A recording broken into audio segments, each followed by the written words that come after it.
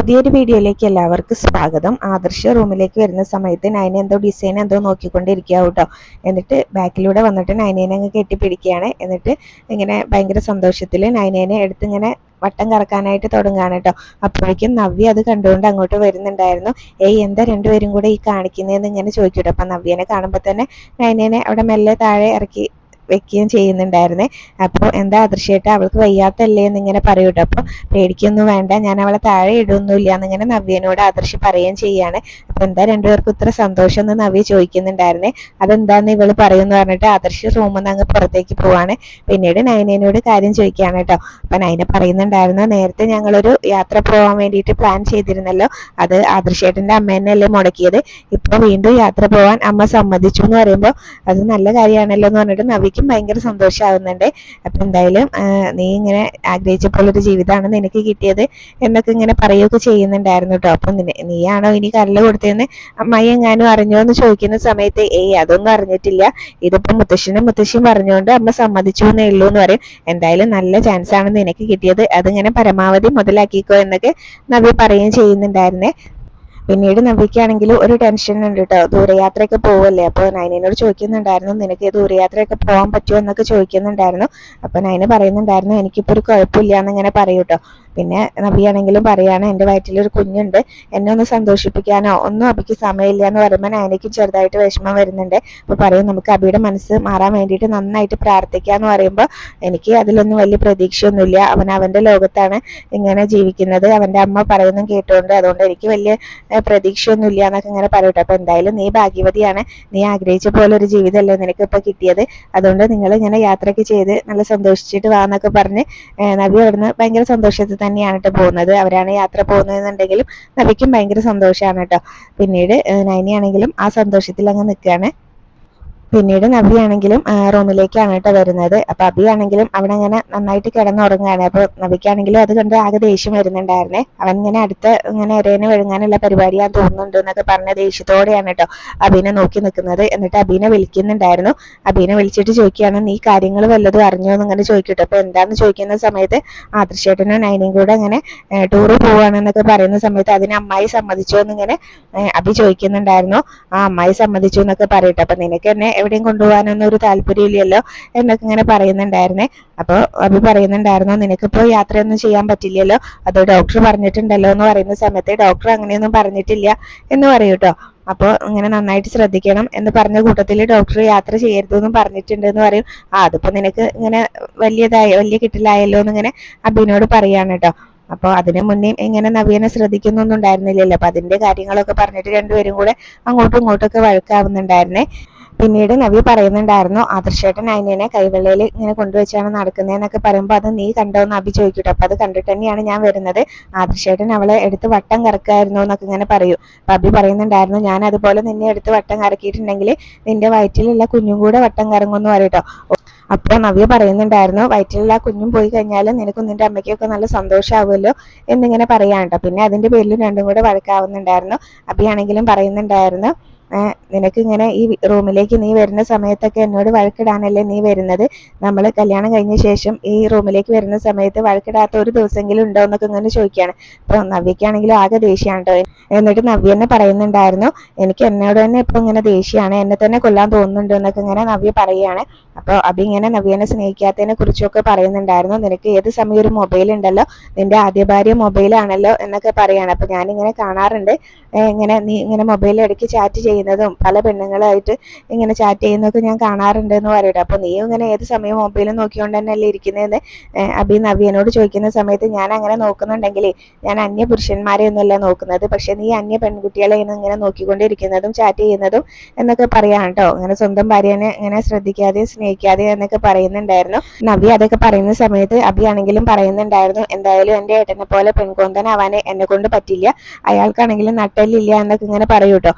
അപ്പൊ നവ്യാണെങ്കിലും പറയുന്നുണ്ടായിരുന്നു, നീ അങ്ങനെ പറയടാ, നിന്റെ ഏട്ടന് നല്ല നട്ടലുണ്ട്, നിനക്കാണ് നട്ടലില്ലാത്ത എന്നൊക്കെ പറയേ. അപ്പൊ നീ ഇങ്ങനെ അയ്യപ്പനെ പോലും പറ്റിക്കുന്ന ആളല്ലേ, പിന്നെ സ്വന്തം ഭാര്യനെ പറ്റിക്കുന്നതിൽ പറയാനുണ്ടോ എന്ന് പറഞ്ഞിട്ട് നവ്യ അവിടെ കയറി അങ്ങ് കിടക്കുകയാണ് കേട്ടോ. അപ്പൊ അഭി മനസ്സിലോർക്കുന്നുണ്ടായിരുന്നു, ഇവളെങ്ങനെയും ജീവിതത്തിൽ നിന്ന് ഒഴിഞ്ഞു പോകണമെന്ന് പ്രാർത്ഥിക്കാനാണ് ഇപ്പോൾ അയ്യപ്പന്റെ അടുത്ത് പോവാന്ന് വിചാരിച്ചത്. അയ്യപ്പന് അതിനുള്ള ഭാഗ്യം ഉണ്ടാക്കി തന്നില്ലല്ലോ എന്നൊക്കെ ഇങ്ങനെ അഭി മനസ്സിലോർക്കാണ്. പിന്നെ ആദർശ് നയനയും കൂടെ കാറിൽ ഇങ്ങനെ പോയിക്കൊണ്ടിരിക്കുകയാണ് കേട്ടോ. അപ്പോൾ നയനയോട് ആദർശ് പറയുന്നുണ്ടായിരുന്നു, അമ്മ ഒരിക്കലും യാത്രേനെ സപ്പോർട്ട് ചെയ്യുമെന്ന് ഞാൻ വിചാരിച്ചതല്ല, അമ്മയ്ക്ക് വലിയൊരു മാറ്റം തന്നെയാണ് എന്നൊക്കെ ഇങ്ങനെ പറയൂ കേട്ടോ. അമ്മ ഇപ്പം ഇങ്ങനെ പല കാര്യത്തിലും ഇങ്ങനെ നിസ്സഹായാണ് എന്നൊക്കെ ഇങ്ങനെ പറയുന്ന സമയത്ത് ഇങ്ങനെ നയന പറയുന്നുണ്ടായിരുന്നു, എന്തായാലും ഇപ്പൊ വലിയൊരു രോഗം വന്നതൊക്കെയാണല്ലോ, അപ്പൊ അതുകൊണ്ടാണ് അമ്മ ഇങ്ങനെ മാറിയെന്നുള്ളതാണ് കേട്ടോ.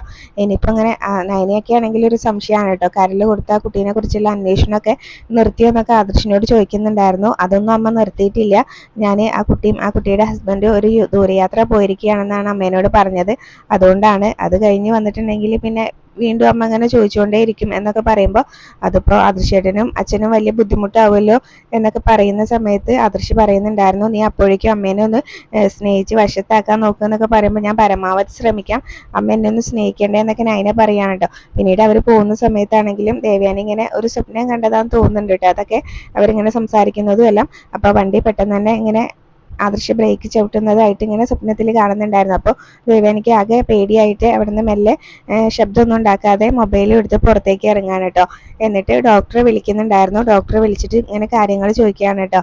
അപ്പോൾ ഇങ്ങനെ പറയുന്നുണ്ടായിരുന്നു, എനിക്ക് കരൾ തന്ന ആ കുട്ടിയും ആ കുട്ടിയുടെ ഹസ്ബൻഡും കൂടെ ഒരു ദൂരയാത്ര പോകാനായിട്ട് ഇങ്ങനെ ഒരുങ്ങാണ്, അപ്പൊ അതിന് എന്തെങ്കിലും പ്രശ്നം ഉണ്ടോ എന്ന് ചോദിക്കുകയാണ്. അപ്പൊ ഒരു പ്രശ്നമില്ല, സർജറി കഴിഞ്ഞിട്ട് ഇപ്പോൾ കുറെ ദിവസമായല്ലോ, അതുകൊണ്ട് ഒരു കുഴപ്പമില്ല എന്ന് പറയും കേട്ടോ.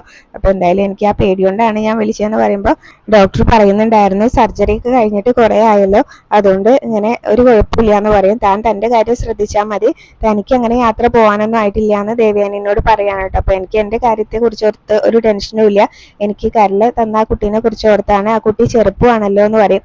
ഡോക്ടർ ഇങ്ങനെ കുഴപ്പമൊന്നും ഉണ്ടാവില്ല എന്നൊക്കെ പറയുമ്പോൾ ദേവയാനിക്ക് സമാധാനമാവുന്നുണ്ടായിരുന്നേ. പിന്നീട് നയനിയാണെങ്കിലും ഇങ്ങനെ യാത്ര പോകുമ്പോൾ കൊണ്ടുപോകാനുള്ള ഡ്രസ്സും എല്ലാം ബാഗിൽ എടുത്ത് വെക്കുകയാണ് കേട്ടോ. അപ്പൊ ആദർശ് റൂമിലേക്ക് വരുമ്പോൾ നയന ചോദിക്കുന്നുണ്ടായിരുന്നു, എത്ര ദിവസത്തേക്ക് ഡ്രസ്സ് എടുക്കണം ആദർശേട്ടാന്ന് ചോദിക്കുമ്പോൾ ഈ ബാഗിൽ കൊള്ളുന്നത് എടുത്തോന്ന് പറയും. അപ്പൊ അത്രയൊക്കെ വേണമെന്ന് ഇങ്ങനെ നയന ചോദിക്കുകയാണ് കേട്ടോ. അത്രയൊക്കെ വേണ്ടി വരും, ഇപ്പൊ നല്ല ചൂടല്ലേ, ചിലപ്പോൾ ഒരു ദിവസം തന്നെ 2-3 ഡ്രസ്സൊക്കെ ഇടേണ്ടി വരും എന്ന് പറയാണ്. അപ്പോൾ ഇപ്പൊ നല്ല തണുപ്പുള്ള സ്ഥലത്തേക്കാണ് നമ്മൾ പോകുന്നത് നല്ല ആദർശേട്ടൻ പറഞ്ഞതെന്ന് പറയുമ്പോൾ എത്ര തണുപ്പുണ്ടായാലും ഒരു 10-11 മണിയാവുമ്പോൾ ചൂടാവും, പിന്നെ നിനക്ക് ഇങ്ങനെ എവിടെ ചെന്നാലും അമ്പലത്തിലൊക്കെ പോവേണ്ടി വരുമല്ലോ, അതുകൊണ്ട് ഇങ്ങനെ ഇട്ട ഡ്രസ്സ് തന്നെ ഇട്ടിട്ട് പോകാൻ പറ്റില്ലല്ലോ എന്നൊക്കെ പറയാണ് കേട്ടോ. അപ്പൊ എന്തായാലും പിന്നീട് അവരിങ്ങനെ ഡ്രസ്സൊക്കെ എടുത്ത് വെച്ചിട്ട് പോവാനായിട്ട് ഇറങ്ങുകയാണ്. അപ്പോൾ ഇനി ഞാൻ ആദർശേട്ടന് ചായ വേണോന്നൊക്കെ ചോദിക്കുന്നുണ്ടായിരുന്നു കേട്ടോ. അപ്പോൾ നീ ഇപ്പൊ ഇനി അടുക്കളയിൽ കയറി ചായ ഒന്നും ഇടണ്ട, നമുക്ക് പോകുന്ന വഴിയിൽ ചായ കുടിക്കാം, അവിടെ ഒരുപാട് ചായക്കടകൾ ഉണ്ടാവും, എന്തായാലും ചായ ഒന്നും ഇടാനായിട്ട് നിൽക്കണ്ടെന്ന് പറയട്ടെ. അപ്പോൾ നൈന ബാഗൊക്കെ എടുത്തിട്ട് ഇറങ്ങാനായിട്ട് നിൽക്കുന്ന സമയത്ത് ആദർശ് ഇങ്ങനെ ഞാൻ എടുത്തോളാം ബാഗ് എന്ന് പറയണം. അപ്പൊ നൈന പറയും, ഇതെടുക്കാനുള്ള ആരോഗ്യമൊക്കെ ഇപ്പൊ എനിക്ക് ഉണ്ട് എന്ന് പറയൂ കേട്ടോ. അപ്പോൾ എന്തായാലും അതൊക്കെ ഉണ്ടെങ്കിലും ഞാനിത് എടുത്തോളാം എന്ന് പറഞ്ഞിട്ട് ആദർശിനെ ബാഗ് എടുക്കാണ്. അപ്പൊ എത്ര ദിവസത്തേക്കാണ് നമ്മൾ പോകുന്നത്, പെട്ടെന്ന് തിരിച്ചു വരില്ലേ എന്നൊക്കെ നൈന ചോദിക്കുന്നുണ്ടായിരുന്നു കേട്ടോ. അപ്പൊ പെട്ടെന്ന് തിരിച്ചു വരും എന്നൊക്കെ അങ്ങനെ പറയുകയും ചെയ്യുന്നുണ്ടായിരുന്നു. അപ്പൊ എന്തായാലും പിന്നീട് അവര് യാത്ര പോകാനായിട്ട് അങ്ങ് ഇറങ്ങാണ്. അതിന്റെ ഇടയിൽ കൂടെ അവര് അനീടെ അതുപോലെ തന്നെ അനാമികയുടെ ഒക്കെ കാര്യങ്ങൾ സംസാരിക്കുന്നുണ്ടായിരുന്നേ. അപ്പൊ ഇപ്പൊ അവര് മാത്രമാണല്ലോ യാത്ര പോകുന്നത്, അതുകൊണ്ട് ഇങ്ങനെ നവ്യേച്ചിക്കും അതുപോലെ തന്നെ അനാമികയ്ക്കും ഒക്കെ വിഷമാവും, ഇനി നമ്മൾ പോകുന്ന സമയത്ത് എല്ലാവരെയും കൂട്ടി വേണം പോവാന് എന്നൊക്കെ നൈന പറയുന്നുണ്ടായിരുന്നു കേട്ടോ. അപ്പോൾ എന്നെ നവ്യക്ക് ഇപ്പൊ വയ്യാത്തല്ലേ, അനാമികയുടെ കാര്യം ഞാൻ ശ്രദ്ധിക്കുന്നില്ല എന്നിങ്ങനെ ആദർശ് പറയാണ് കേട്ടോ. അപ്പൊ അനയാണെങ്കിൽ അവളെ എവിടെ കൊണ്ടുപോകാനും തയ്യാറാണ്, പക്ഷെ അവൾക്ക് എങ്ങനെ അനീനെ സ്നേഹിക്കാനൊന്നും ഒരു താല്പര്യം ഇല്ലല്ലോ എന്നൊക്കെ പറയാണ്. അപ്പൊ അനിയുടെ ജീവിതം എങ്ങനെ ആയാലും ആദർശിന് ഭയങ്കര വിഷമമുണ്ട്. അപ്പോൾ അനിയാണെങ്കിലും ഇങ്ങനെ അനാമികേനെ സ്നേഹിക്കുന്നൊന്നും ഇല്ലല്ലോ എന്നൊക്കെ നൈന പറയുന്ന സമയത്ത് അതൊന്നും നമ്മളെ കൊണ്ട് മാറ്റാൻ പറ്റില്ല. പിന്നീട് ആദർശിന്റെയും നൈനയുടെയും കാര്യം അങ്ങനെ തന്നെയായിരുന്നല്ലോ, അവരിങ്ങനെ കല്യാണം കഴിച്ചിരുന്ന സമയത്ത് പരസ്പരം അങ്ങനെ സ്നേഹമൊന്നും ഉണ്ടായിരുന്നില്ലല്ലോ, ആ കാര്യങ്ങളൊക്കെ പറയുന്നുണ്ടായിരുന്നു കേട്ടോ. അപ്പോൾ ഞാൻ നിന്നെ സ്നേഹിക്കാതിരുന്ന സമയത്തും നീ ആണെങ്കിൽ ഇവിടെ ഉള്ളവരെയും എന്നെയൊക്കെ ഇങ്ങനെ ഒരുപാട് സ്നേഹിക്കുകയൊക്കെ ചെയ്തു, പക്ഷെ അവളെ കൊണ്ട് അതൊന്നും പറ്റുമെന്ന് തോന്നുന്നില്ല എന്നൊക്കെ ഇങ്ങനെ പറയൂ കേട്ടോ. പിന്നീട് ആദർശ് പറയുന്നുണ്ടായിരുന്നു, അനാമികയും കൊള്ളില്ല, അവളുടെ അച്ഛനും അമ്മയും കൊള്ളില്ല, ഇങ്ങനെ മക്കൾ ഇങ്ങനെ നല്ല രീതിയിൽ എല്ലാം മുന്നോട്ട് പോകുന്നുണ്ടെങ്കിൽ വീട്ടിൽ നിന്നാണ് ഇങ്ങനെ അച്ഛനമ്മമാരെ അവരെ ഉപദേശിക്കേണ്ടത്, അതിനൊന്നും അവളുടെ അച്ഛനും അമ്മേനെയൊന്നും പറ്റില്ല എന്ന് പറഞ്ഞ് അവർ പിന്നെ ആ സംസാരമൊക്കെ നിർത്തിയിട്ട് അങ്ങ് പോവാണ് കേട്ടോ. അപ്പോൾ ദേവയാനിയാണെങ്കിലും ഇവർക്ക് ഇങ്ങനെ രണ്ടുപേർക്കും ചായ കൊടുക്കാൻ വേണ്ടിയിട്ട് ചായയൊക്കെ ഉണ്ടാക്കിയിട്ടുണ്ടായിരുന്നു. കുട്ടികൾ നല്ല സന്തോഷത്തോടു കൂടി വേണം യാത്ര അയക്കാൻ എന്നൊക്കെ പറഞ്ഞിട്ട് അവരങ്ങ് ഇറങ്ങി വരുന്ന സമയത്ത് ഇങ്ങനെ ചായയും കൊണ്ട് നിൽക്കുകയാണ് കേട്ടോ. അപ്പോൾ ചായ കുടിച്ചിട്ട് പോയാൽ മതി എന്നൊക്കെ ഇങ്ങനെ പറയും. അപ്പോൾ അമ്മ ചായ ഇട്ടോ എന്നൊക്കെ ഇങ്ങനെ ചോദിക്കും കേട്ടോ ആദർശാണെങ്കിലും. അപ്പോൾ ഇനിയിപ്പോൾ നിങ്ങൾക്ക് രണ്ടുപേർക്ക് ഈ ചായ കുടിക്കാൻ എന്തെങ്കിലും ബുദ്ധിമുട്ടുണ്ടോ എന്നൊക്കെ ചോദിക്കുന്നുണ്ടായിരുന്നു. അപ്പം നൈന പറയും ഇങ്ങനെ പോകുന്ന വഴിയിൽ ഇങ്ങനെ ചായ കുടിക്കാമെന്ന് ആദർശേട്ടൻ പറഞ്ഞുകൊണ്ടാണ് ഞാൻ അടുക്കളയിൽ കയറാതിരുന്നതെന്ന് പറയുമ്പോൾ അതിനെന്താ ഞാനിപ്പോൾ കയറിയല്ലോ എന്നിങ്ങനെ ദേവയാനി പറയും കേട്ടോ. എന്നിട്ട് പിന്നെ എന്തായാലും ചായ കുടിക്കാൻ ബുദ്ധിമുട്ടുണ്ടോ എന്ന് ചോദിക്കുന്ന സമയത്ത് എന്ത് ബുദ്ധിമുട്ടാ അമ്മ ഉണ്ടാക്കി ചായ കുടിക്കാൻ ഞങ്ങൾക്കുള്ളതെന്ന് പറഞ്ഞിട്ട് രണ്ടുപേരും ചായയൊക്കെ എടുത്ത് കുടിക്കുകയാണ് കേട്ടോ. പിന്നീട് ദേവയാനിയുടെ കുറേ ഉപദേശങ്ങൾ ഉണ്ടായിരുന്നു. വണ്ടി മെല്ലെ പോകണം, അങ്ങനെ ഓവർ സ്പീഡിലൊന്നും പോകരുത്, ഇങ്ങനെ രണ്ടുപേരും ഒറ്റയ്ക്ക് ആയതുകൊണ്ട് ഇങ്ങനെ ചിലപ്പോൾ അതിങ്ങനെ മതി മറന്നായിരിക്കുമല്ലോ പോവുക എന്നൊക്കെ ഇങ്ങനെ പറയും കേട്ടോ. അപ്പോൾ കൊച്ചുകുട്ടികളോട് പറയുന്ന പോലെ എന്നോട് പറയേണ്ട കാര്യമൊന്നും ഇല്ലല്ലോ എന്നിങ്ങനെ പറയുന്ന സമയത്ത് നിന്റെ ഭാര്യ നിന്റെ കൂടെ ഉള്ളതുകൊണ്ട് ചിലപ്പോൾ നിനക്കിങ്ങനെ വലിയ ബോധമൊന്നും ഉണ്ടാവില്ല, അതുകൊണ്ട് ഇങ്ങനെ ഓവർ സ്പീഡിലൊന്നും പോകരുത്, നല്ല റോഡിലൂടെ മാത്രം പോയാൽ മതി എന്നൊക്കെ ഇങ്ങനെ പറഞ്ഞ് കുറേ ഉപദേശിക്കുന്നുണ്ടായിരുന്നേ. അപ്പോൾ അങ്ങനെ നൈന പറയുന്നുണ്ടായിരുന്നു ഞാനും അങ്ങനെ തന്നെ പോകാൻ സമ്മതിക്കുള്ളൂ അമ്മ എന്നൊക്കെ ഇങ്ങനെ പറയുമ്പോൾ അതിന് ഞാൻ നിന്നോടൊന്നും ചോദിച്ചില്ലല്ലോ, എൻ്റെ മോനോടല്ലേ ഞാൻ പറഞ്ഞതെന്നൊക്കെ ഇങ്ങനെ പറയൂ കേട്ടോ. ദേവയാനിയുടെ ഉള്ളിൽ ഇങ്ങനെ ഭയങ്കര നൈനയോട് ഭയങ്കര സ്നേഹം ഉണ്ടെങ്കിലും അതൊന്നും അങ്ങ് പുറത്ത് കാണിക്കുന്നില്ല കേട്ടോ.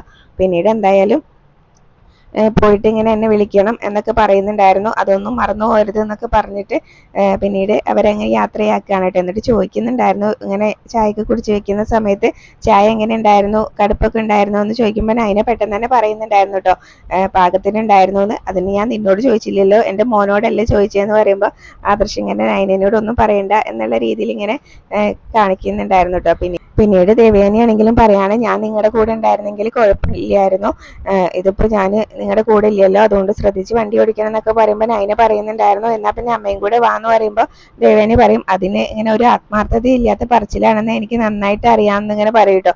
ദേവയാനിക്ക് ഇങ്ങനെ നല്ല സന്തോഷമാവുന്നുണ്ട് നൈന ഇങ്ങനെ കൂടെ വരാൻ പറയുന്ന സമയത്ത്, പക്ഷെ അതൊന്നും പുറത്ത് കാണിക്കുന്നില്ല കേട്ടോ. പിന്നീട് അവർ യാത്ര പറഞ്ഞ് അങ്ങ് പോകുന്ന സമയത്ത് ദേവയാനിക്കാണെങ്കിലും ഇങ്ങനെ ഭയങ്കര സങ്കടമാവുന്നുണ്ട്.